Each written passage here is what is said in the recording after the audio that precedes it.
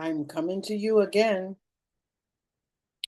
with a very interesting topic today. I want to talk to you about an unseen force in our world that nobody recognizes, or very few recognize this force. You know, Satan have a seed on this earth that's been here from the beginning of man's creation in this garden.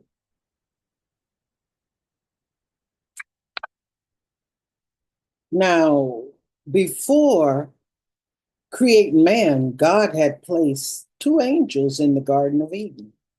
Two. The tree of life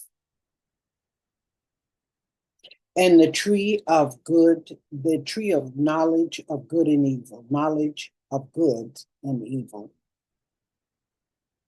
Now, the tree of life is the Son of the Most High God. And if they were in that garden, they were angels, I suppose.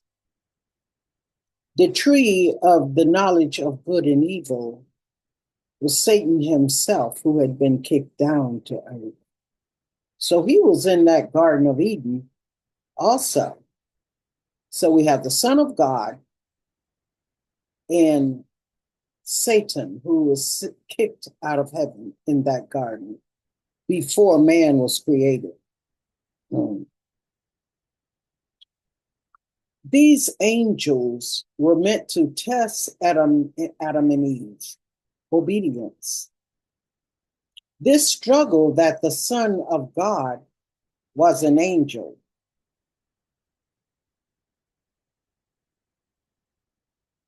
The struggle was between good and evil. Satan and the Son of God were there to test Adam and Eve's obedience. You see, God didn't have to. He could have made us all just like robots, just to obey him. But he don't want that. He wants us to make a decision, a choice to obey him, a choice to serve him. You got to know what he represents. He represents righteousness and justice. This is what God represents. And if he represents that, that means that I want to be on his side, because Satan represents the opposite, lawlessness, and whatever else he wants to do is what Satan represents. So I don't want to be on that side, because that's a destructive side, and destruction doesn't last. It destroys itself. So I want to be on the side of the eternal, which is righteous and justice that can live forever. Getting back to this undercover, unseen seed that nobody recognizes on this earth, very few recognize. So this suggests that Jesus, well, they call his name Jesus, but he's the Son of the Most High God, I believe, is an angel. And I believe that angel is the tree of life that's written here in the Bible in Genesis, the 2nd chapter and the 3rd verse, where it talks about the tree of good and evil and the tree of life. Okay. Now, in Genesis 2:9, evidence point to the tree of knowledge of good and evil being points. It really points to Satan and his fallen angels. And this is what it says. You were in Eden, the garden of God. Every precious stone was your covering. And he's talking to Satan. Cornelian, topaz, jasper, crystallite, beryl, onyx, sapphire, carbuncle, emerald, gold was your settings and your engravings. So we know that Satan was a very high level angel in heaven, and he lived in wealth. And on that day, you were created. You were prepared.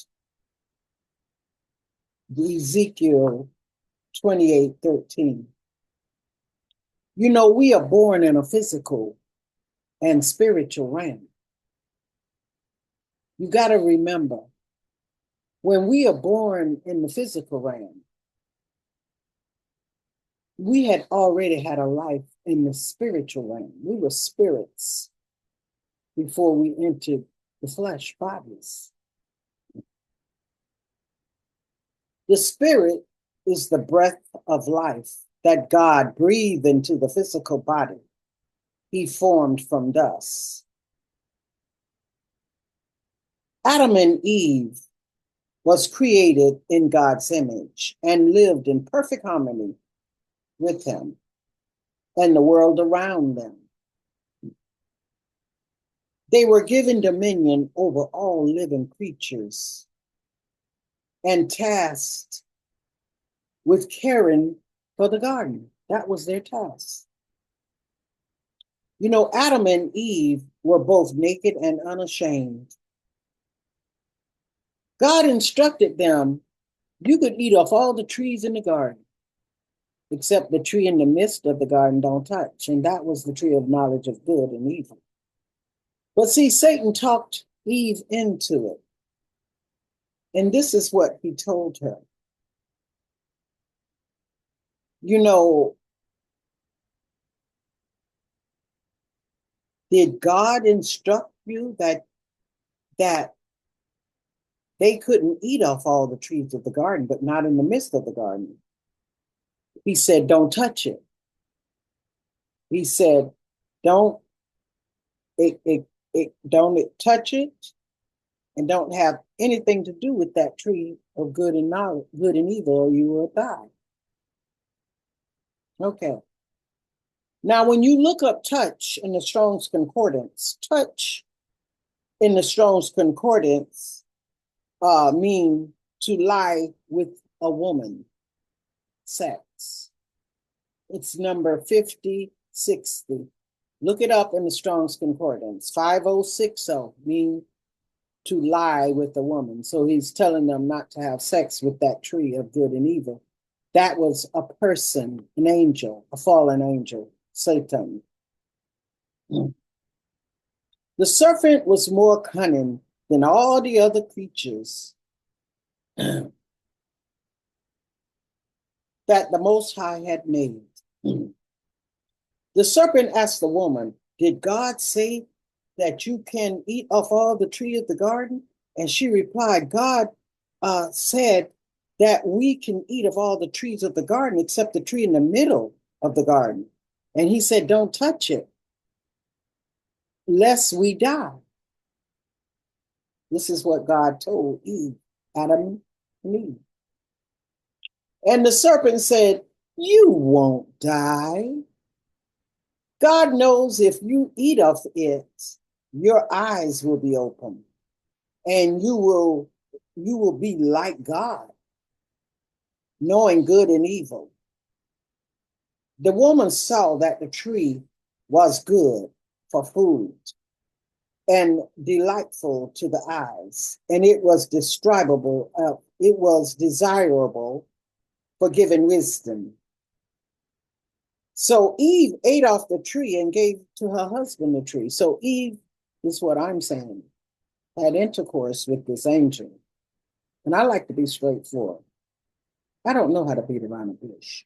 It's very difficult for me. I'm a blunt person, and I just have to say it like it is. And at the end of this earth age, I think it's time for us all to be honest. And whoever we are, let it come out. And that's what's happening in the world. But this hidden agenda, they, some kind of way they put this uh, they fix it in the Bible where you won't quite get it. You just can't quite get it unless you dig and search and look up what it meant when it was written. That's why we have the Strong's Concordance. Mhm. Okay, now, when God asked Eve, why did you disobey him? Why did you obey him by eating off the tree of good and evil? And she explained, the serpent beguiled me. This is what Eve told God. The serpent beguiled me. And beguiled, when you look up beguile, it means to seduce or to deceive. He seduced her because he was a magical angel. Don't forget that. He was in the garden. So he said he seduced her. You can look it up in the Strong's Concordance. It is number 5377 in the Strong's Concordance. God then said to Eve, I will greatly multiply your pain in childbirth. In pain you shall bring forth children. Genesis 2:3. A tree cannot seduce or deceive anyone. It was Satan himself who deceived Eve. Satan has a seed on this earth that is not known very well. And they are the Kenites, Kenits.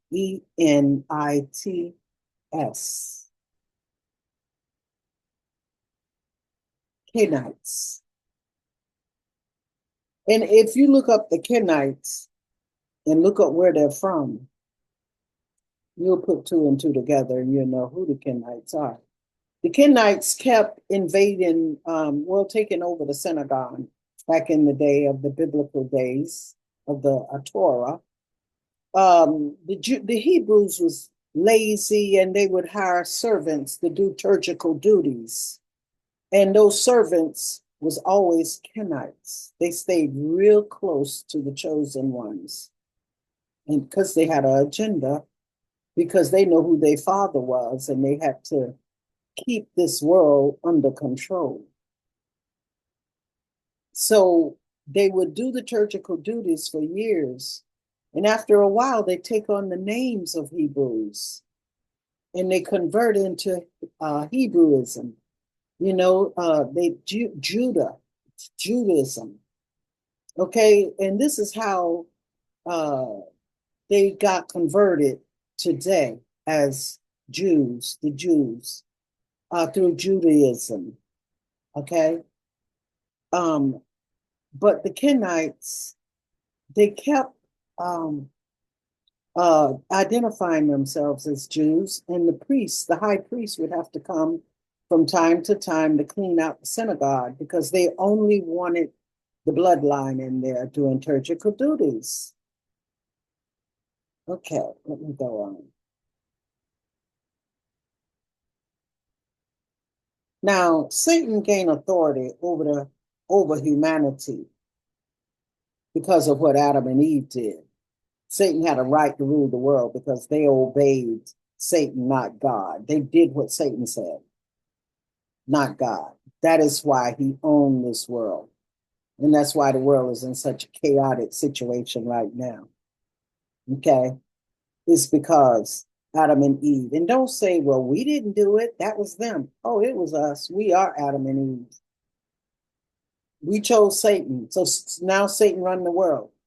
So now God has got his children has to fight and find their way back to him because they have distorted and changed their identities and they don't know they're God's children or God's chosen or the bloodline.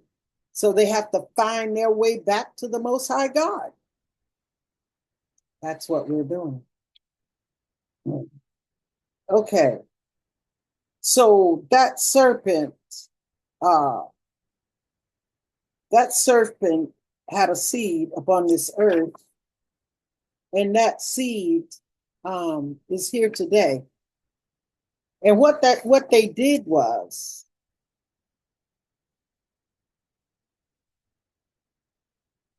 This information has been deliberately concealed. Okay, deliberate. I'm telling you these things because I want you to look it up. Don't just believe it because I said it. Investigate it. You know, it's been concealed from the public all this time. Satan descendants have strategically positioned themselves in areas of influences, such as education, universities, theology colleges, banking system, politics, economics, religion, to control the world and promote lawlessness, and wickedness and evil. They have to make God angry. They have to be the opposite of God. They have to do what they feel like, what they want to do. The plan was devised to gradually take over the world.